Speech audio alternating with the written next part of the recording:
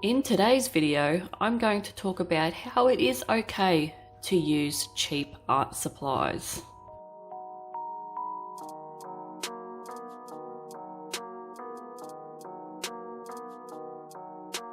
The watercolor that I'm going to be using in this video is quite a large set. They're half pans and they cost me about $30 for the whole lot. You've got the normal colors on one side, normal pigments, then on the other side you have like a pearlescent, you've got pearlescent pigments, but they are quite dull. And the paper that I'm using is A3 pad from a place called Aldi here. And Aldi is a grocery shop that basically sells everything as well as food. Like, they're unreal with what they sell with their special buys. And one week their special buys was watercolor paper, 300 GSM, A3 pads for $5. So I couldn't help myself. I had to try this $5 pad, and look, the texture on the paper is quite how you're going. I will have a picture, a close-up picture of the texture of the paper. It's not the best, but sometimes who cares? If you want to create art and that's all you can afford, then that is fine. So some of the things I'm going to talk about today is stuff that I experienced that when I first started doing watercolor and wanted to get into that particular area because I was really interested in watercolor. When you're starting out, to be completely honest with you, cheaper is better, because even though you do want to pursue that particular niche, you might not stick at it. You might not like it, like how you thought you would have. So the best thing that you can do is buy a cheaper palette. Don't go straight for the expensive stuff. Just start off with a $10, $20 palette, student grade. Hey, go and get some chalky shit if you want to. I started out with $10 Royal Langnickel chalky as shit watercolor, just to see if I was going to like it. Now,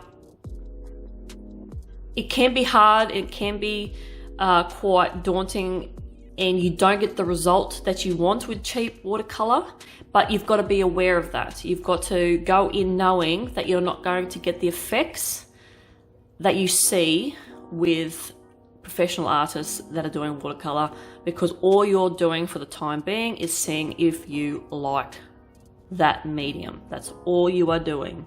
Once you get better, upgrade. Definitely go up to, if you started at the chalky rubbish, go up to student grade. If you started at student grade, go a little bit higher.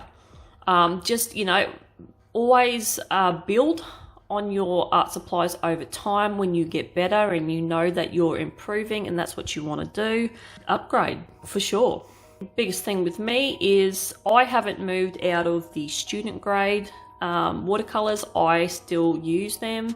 I have been gifted expensive watercolors and I do use them from time to time because they look good. If you have a decent wad of paper and you have decent watercolors, you're gonna get the best result, hands down. But like I said, when you're starting out, you don't want to go straight there and waste those palettes on that if you find it that's what you don't want to do.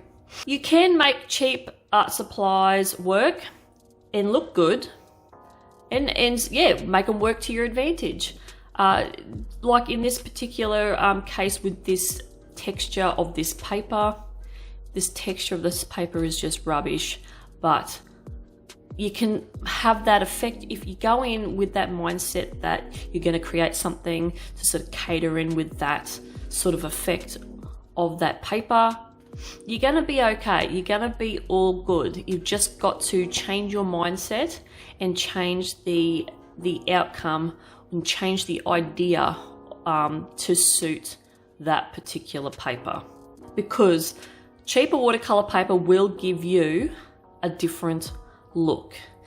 And in this case, with this particular cheap watercolor palette that I have and this paper, the watercolor and the paper sort of react in a really weird way where they slide around the paper. They don't sort of go across nice and sort of absorb in a little bit. They slide and you get streaky looks. Now, if you're going to go for that effect and make something work like that, that's cool. But if you're after something clean and precise, no go. But because the content of what I create are monsters anyway, it works for me. I've got no problems with it. Sometimes with cheap watercolor paper, you get speckles, especially if you do washes over it. Sometimes you can make this work to your advantage. I do if I go in knowing that this paper is going to create speckles if I do a wash. I'm prepared for that. Kind of think of it as a filter. The cheaper watercolor paper is creating like a fancy little speckly filter for you in the background, or you know, whatever on the particular thing that you're painting. Just think of it like that. Now, another good thing about using cheap watercolors and paper is don't sell them. If you're not selling your work, because I don't sell my originals, I just create it, scan it, you know, upload it to Redbubble or somewhere like that. You've got no problems because all of this cheap rubbish stuff is not light fast. It does not hold up. It's not ideal to sell your work. So yeah, if you're selling your work, of course you're going to be using the good stuff. But if you're just starting out, or if you're not selling your work and you just want to create art with what you've got on your budget, perfect. Always get the grade of watercolor that suits the stage that you are at right now. That's what you do. Whatever you do, do not compare yourself to other artists. One thing I have learned in my time being a watercolor artist is that do not look at anyone else. Do not compare yourself to anybody else, because it will do your head in and you will start doubting yourself. I do not compare myself to anyone. I just focus on what I want to do. That's it. Don't do it, because you will look at those artists and you'll be like, all right, cool. They're using $200 sets of watercolor. I'm going to be able to create the same thing if I buy that. No. Practice first. If it's just something that you're beginning with, you've got to practice. The watercolor, the expensive watercolor and expensive paper is not going to improve your technique if you are starting out and you don't know what you're doing. Buying expensive stuff will not make a talented artist. You must practice. Just because you don't have expensive shit does not mean that you can't make good art. You can, honestly. Once again, I'll say again, you can make good art with shitty, cheap art supplies. You might not like it. I go back to this again. You may not like it, and the last thing you want is to have expensive art supplies sitting around doing nothing, and you've poured money into it, when you could just have a cheap palette that you've just spent $10-20 on, and you just experiment with and then go from there. So with today's illustration that I have done, I created this inky cap mushroom monster and went in with the mindset that I wanted this cheap ass paper to sort of, work for me. And that's what I did with the monster, because when I create monsters, obviously you have this sort of texture with the skin and you got to try and recreate that. But with this particular paper, it has a texture of its own. It's weird. It's got this weird grain and lines, and it's just cheap looking. I sort of made that work for me, along with also creating like the textures with the pen. I also allowed the textures of the paper do it, because like this paper is very sort of hatchy and yeah, very liney, as you will see as the end result gets near towards the end of this video. See, I don't set the bar too high with everything. I'm not a complete perfectionist when it comes to drawing like a lot of people are. You'll see some very sort of clinically trained artists out there that have to have everything spot on. Every line has to be perfect, and I don't create art like that. I find it impossible to be that clinical. I just like to draw. I like to just get in there and create art that's, you know, it's gritty, it's raw, it's rough.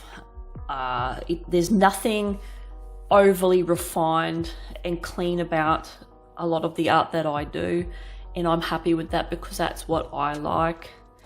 And a lot of this sort of cheaper art supplies that I use, they work for me, and I make them work for me as well with what I'm doing, because I'm not creating soft, pretty pieces and pretty girls and all that nice sort of stuff. I create harsh, horror, gory, horrible shit, and this sort of stuff works for me. And yes, like I've said before, I do have expensive watercolor paper. My favorite is the Strathmore hot press. I do have expensive watercolors that I was gifted, Daniel Smith, Santalea, Winsor & Newton's. I don't use them all the time. If I'm feeling flashy and splurgy and I feel like I'm going to do a really cool piece, I will bust them out. Every other time I will use student grade stuff. I will use your mid-range watercolor paper or the cheaper stuff, because I'm not selling anything and I just want to create, I just want to draw. I've got ideas in my head that need to get out of my brain to make myself feel better. So yeah, that's basically all I wanted to say, was just share some thoughts on you know, creating art with cheaper art suppliers, and that it is okay to do it. As long as you're not selling your work, it's fine. Do it. There's no rules. And if people think that there are rules in art, tell them to go fuck themselves, because there isn't. There is no rules. You do you do what you want to do, and you do the technique that you want to do, and just to hell with everybody else. Well, that's my thoughts for today. Hopefully you enjoyed this video and enjoyed this illustration that I did on this cheap paper and with this cheap watercolor, and I will see you guys in the next video. Bye.